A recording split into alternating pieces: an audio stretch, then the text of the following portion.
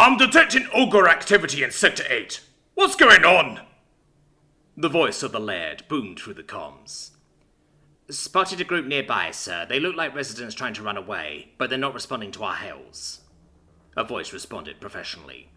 They're heading to Sector 9, so maybe if you make an appearance, you can scare them into going back home. Must I do everything? I'm ogre stressed as it is. The laird sighed. We're sorry, sir, but we can't get to the island. They're at quickly from here. The voice replied. I understand if you just want to let this lot go. No, I can't lose more people. The jail is ogre-filled as it is. I'm on my way. Maintain ogre watch. Hearing the thundering footsteps, the group stayed low and still, as the hulking green figure ran down the street towards Sector 9. Staying silent for several moments, Jack called it in to the lister. Yep, that got him to shift. Nicely done, Mr. Aschel, he grinned. Good, Vetch Aschel replied, sounding satisfied on his end. The way should be clear for you. My operatives will call it in if they see anything that might be a problem. We have the first group of outside hostiles heading to that area now, but I can't guarantee how long they will delay the laird for. Understood. Moving now, Jack confirmed. Are you sure we can trust these people? Chio asked. We've been betrayed before. I trust Critch, Scifi pointed out, and Jack nodded in agreement. And Clan Ashtel helped us out before when they didn't need to, when the Redeemer showed up at the tea garden. The Redeemer? Isn't he an Inquisitor of Syros? Zale asked in confusion. I'm pretty sure I've seen him on television before, but yes, I trust Critch too. This was a different Redeemer that was trying to ride off the reputation of the one you're thinking of, Chio confirmed. He is dead now. They might not have told us everything, but if they were aligned with our enemies, they've had multiple chances to take us out, Jack pointed out. They've served us drinks several times after all, even on the way here. Let's play this out and see where this goes, but keep your wits about you. Very well, Chio nodded in agreement, understanding Jack's logic. Let's go. I don't see anyone on drones, Scifi pointed out. Best not waste any time. Jack led the way, getting to his feet from where they were hidden behind an abandoned sunken shed on the outskirts of the settlement that surrounded the laird's home, a crooked two-story structure that enveloped a large rotten tree stump surrounded by a moat with a single secure bridge and gate access, with Zale pointing out that it was built to accommodate the large form of the laird when he first came to control the area in the first place. As they snuck up to the front gate of the property, they heard the sounds of locks and bolts closing from a few of the nearby homes with lights on. But Jack was surprised that many of these homes seemed to be abandoned, a fact that Zell was quick to agree with when he asked them. Most of the people of the district live closer to the laird for the security he provides, the scorecard pointed out. They've either fled or they're being held captive, Nika pointed out over comms, as they took cover by the large stone slabs that served as a door to the laird's lair. The laird did say the jail was overfilled, so you'd better hurry up and bust them out. Do we have a plan for getting in? Chio asked nobody in particular, motioning to the chunky locking system that secured the doors firmly closed. I'll let you know in a moment, Scifi distractedly replied, as they sliced into the local network. Ah, hell! This is patchy as hell. I can see why the lister wants direct access to the lair's system. Scifi, I barely understand technobabble before I got Isekai'd, Jack sighed. English? What's English? Scifi asked before shrugging. Basically, imagine trying to climb a wall with no handholds whatsoever.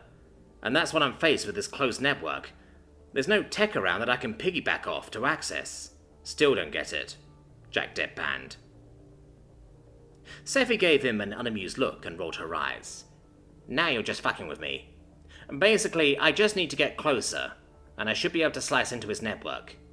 It looks simple from what I can see from here, but it's hard to reach. That still doesn't get us through the doors, and my powers won't work on something that heavy. Jack, can you do anything? Chiyo asked with a hopeful expression. Jack considered, as he looked at the doors, before Zale perked up. We don't need to use the gate. My water spirit could freeze the moat, or maybe my earth spirit can create a land bridge, the scorecard excitedly offered. Sure, Jack hesitantly agreed. How long? It will take a few minutes if we want to be subtle. Do it. Jack, Scifi, and Chiyo could feel the tension rise as they stood there exposed in silence, while Zale directed their elemental spirits to work in tandem, churning the earth of the moat to rise up, as the water spirit hardened it enough to be worked on. Any minute they expected some kind of response, be it from a wandering patrol or the laird themselves returning to his home. But nothing came. Okay, it should be strong enough, Zale whispered. Let's hurry. Jack had to fight to keep himself calm as he went last along the thin, impromptu land bridge, careful not to slip as he fully expected to hear the sound of an angry ogre coming for him.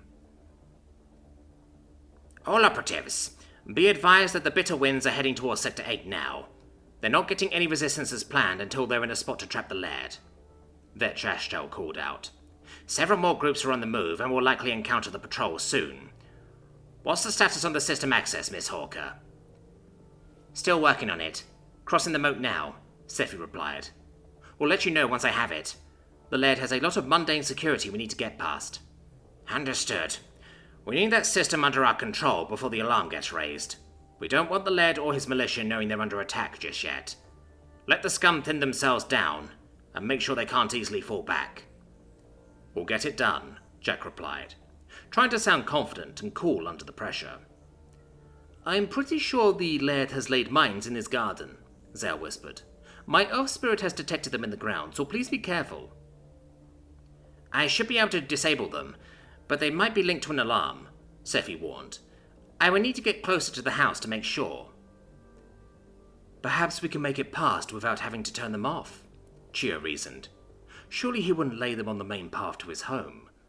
He hasn't, Zale confirmed, but it's still a little far. I could try and get my earth spirit to move them. I think that was setting them off, Scifi pointed out, before she looked at Jack. Could you fling me up into the air again? I could fly down and get to the door. All right, Jack nodded. Are your wings still hurt? I should be fine. I'm just going to glide down, Scifi grinned as Jack interlocked his fingers, placing her foot on the platform before he tossed her upwards, without any shenanigans. They both knew the stakes at play here, and weren't going to joke around this time. Gliding down, she quickly landed gently at the front gate. Okay, I see the system, but it's all old school and manual, the scritter groaned, as she peered through the keyhole. It's just a few levers and wires that I can disable. I just need to get through the door. Mechanism is weak, but it's oversized. We might need to force the door open, Chiyo reasoned. I would normally suggest Jack does it, but I can't levitate him for long, and even if he can make the jump, it's risky. What about you or Zale? Jack asked. Could one of you help Scifi out with your abilities? I can just levitate above the mines, and Zale is small enough that I can take her with me. Let's take a look, the Alifi replied optimistically, as she levitated the pair of them across the minefield, with Zale looking quite nervous as they gazed down at the perilous ground below. Careful where you step, Scifi whispered as they made it to the other side. See those metal pins over there, Chiyo? Are you able to move them? Ugh, Chiyo exclaimed in disgust. I would be able to move it if it wasn't so filthy. I can see mold and muck in the keyhole that's fastened it shut. How is a system so shit so effective at the same time? Zale? Is there anything your spirits can do? Jack asked.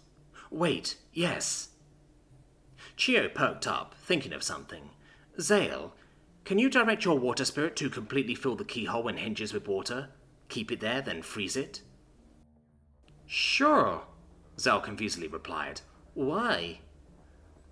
Because when the water freezes, it expands, Chiyo explained. So when you force the water into the lock and freeze it, the pressure should blow it off. She's right, Jack confirmed, from where he was awkwardly sitting on the laird's garden wall. Just make sure you're out of the way when that happens. If it's as poorly maintained as you say, then it won't last long. All right, Zell nodded, unconvinced, as they gave the orders to their water spirit, allowing it to do its thing, while the trio moved further up the path. Pop, pop, pop! The sound of the rusted metal being torn apart wasn't as loud as Jack thought, but as the large door tumbled backwards, it smashed through the paper-thin wall behind, with a crash loud enough to wake the dead, as it rattled down the set of stone steps behind it. Well, the good news is we found the secret passage, Scifi quipped. Turn the mines off, then get the list of what they need, Jack hissed back in a panic, as several people up the street leaned out of their windows to take a closer look. What's going on? Someone shouted in the distance, as Scifi quickly pulled several levers. Mines are off, she called, as she dashed over to some nearby computer equipment. Jack barely had time to steel himself as he dashed across the garden to the house, more clearly seeing the results of their handiwork. The secret entrance to the vault had been behind a hidden shelf in the next room, but the Laird clearly hadn't taken into account the structural integrity of his own home. Alarms disabled, Scifi called back. I need a minute to get full access to the network. Better make it quick, Jack warned, as he looked back down the way they had come. Though the fog obscured much of the street ahead, he could still see residents pointing their way. Don't let them get a call out. Last thing we need is the cops coming for us. I don't understand what a cop is, but I can understand the context, Chio warned. Hurry up, Scifi. Working on it, Scifi distractedly replied, as she hopped into a chair in front of a monitor in the next room. Why don't you get your lazy ass over here and help me, Chio? Perhaps we could do something else while Scifi slices in, Zell nervously interjected. Maybe clear the rest of the rooms? All right, but someone keep watch, Jack reluctantly agreed. And look out for traps. I wouldn't put it past this crazy asshole to set some in his house if he's mind his own garden. Zell can keep watch with their spirits and direct some spares to check the ground floor, Chia reasoned. All right, let's go up, but be prepared to run down if anything goes wrong. While splitting the group was normally a poor idea in many cases, the rooms Jack could see were quite spacious, sized for the megafauna Laird, and leaving little opportunity for any potential ambush or traps. Even if there were any more traps lying in wait for any intruders, they were more likely to be downstairs than up, and Zell's spirits could just remanifest if hit.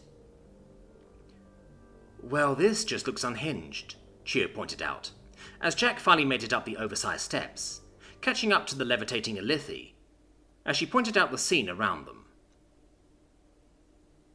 With the exception of the large, dirty-looking and horrid-smelling bed, with chest of drawers, the upstairs part of the complex had clearly possessed more individual rooms. However, it looked like the walls up here had been completely smashed apart by a hammer, though Jack's mind immediately travelled to an image of a rampaging ogre running right through them, judging by the mess and debris left behind. And recent too, Jack finally pointed out, allowing his mouth to catch up to his mind, as he walked to a strange device near one of the windows, and recognized it as one of many oversized telescopes. I can't reach that high. Where is it pointing? One moment. Chio floated up and looked through the peephole. This is pointed directly at a cluster of houses that look inhabited. The vision on this thing seems to cut through the fog. Are they all like that? Has the Laird turned this whole floor into an observation deck? Jack asked. And Chio took a few quick moments to confirm his suspicions. Yes, these telescopes are locked onto different houses on different islands. The Laird must have spent a lot of time aligning these. What do you think the chances are that he spotted us or the Lister? Jack asked the Ilithi, suddenly very paranoid. Could this be him baiting us into a trap? It's possible, but unlikely, Chio calmly reasoned. It would have required the Laird to put on a convincing act over their comms, and willingly let us into their home. Given what we know of them, I think our cover is intact. Not everything has to go to shit, you know. Things going to shit seems to be my life now, Jack shrugged. But yeah, I thought it was unlikely, but I had to make sure. I'm going to let the Lister know, though. Sounds good. I can already detect nothing of value here, though perhaps Clan Ashtail will find a use for all these telescopes. Hey, You guys should have remote access now, Scifi called out on the comms, as the two of them made it down the stairs. Hope you can boost the signal on your end, since the system here sucks. Thank you, Miss Hawker, Vetch Ashtel replies steadily. We will be running further interference on our end. Have you encountered any prisoners yet? No, we haven't, Jack replied. Cover the ground and upper levels. Looks like the Laird has been keeping a close eye on his tenants, but we don't think it changes much. The ground floor is quite bare, Zell added. I think maybe the Laird was ready to flee the moment trouble came knocking. He may still try and make that attempt, so remain cautious, the elderly Lister pointed out. However, thanks to our coverage, we will let you know if the Laird makes a run for it, or if we lose sight of him. Even if he is a fool, he is still dangerous, and despite our extensive planning, there is always room for surprise. No plan survives contact with the enemy, Jack agreed. Unless you found anything important on the ground floor. Zell, I think we should head downstairs. Nah. Every time we head underground, things turn to shit. Scifi playfully groaned, as the group made their way down the wet, muddy stairs that were far too soft under their feet. Maybe this will be the one underground experience that turns out well for us. We are literally heading down to a prison and God knows what else, Chio amusedly replied. And this rock and soil looks incredibly weak. Hey, a girl can dream, Scifi grinned, before she got serious as she led the way. But no, this will be trapped to shit. Watch your step and keep your eyes open for any tripwires or pressure pads. I see one at the bottom, Zell pointed with a shaky finger. A line of thin rope, easy enough to see, was hidden behind the bottom step. To a large person like the Laird, it would not look too conspicuous. However, for a smaller species, it was simpler to spot. Scifi, are you able to disable it? Jack asked. It's easy to spot, but if we're bailing multiple prisoners out, it becomes much harder to keep them away from it if we need to take them this way. What's it even connected to? Oh shit, Scifi muttered. I think he's got explosives down here. Are you sure? Chio asked. Any explosives going off underground could risk collapsing the entire structure. The Laird hasn't put up proper supports, and if he wants to get to the vault and escape, he won't be able to if it's all buried among the rubble. Perhaps his plan is to blow it up on his way out, Zell nervously suggested. I wouldn't put it past him even before tonight.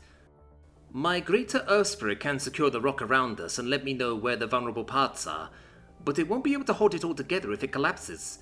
It'll keep us safe, but it'll bury the prisoners alive, Jack nodded. Scifi, disable the trap if you can. Chio, can you detect life signs? If we focus on those that are the furthest away, that gives us a smaller area to work with if the worst should happen. I'll have my water spirit ice the stairs in case the Laird comes back, Zell shyly replied, much more out of their depth compared to the others. A trap of our own that we can more easily disarm. I detect several signs, but they're very weak, Chio noted. Most are stationary. Any guards? Jack asked. Unsure. If there are any, they're not moving. All right, Jack sighed, steeling himself for what was to come.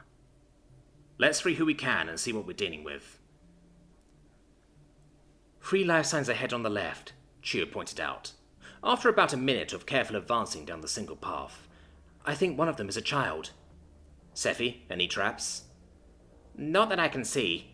No key, just a manual bolt, the scritter confirmed. Hey, anyone there? Jack whispered through the thick bars, quickly snapping his head back as a hand reached out to try and grab him. Coward! A weak voice called from within. You want to lock us up to try and keep us here, but you won't even feed us? At least give my son some food. He's going to starve to death.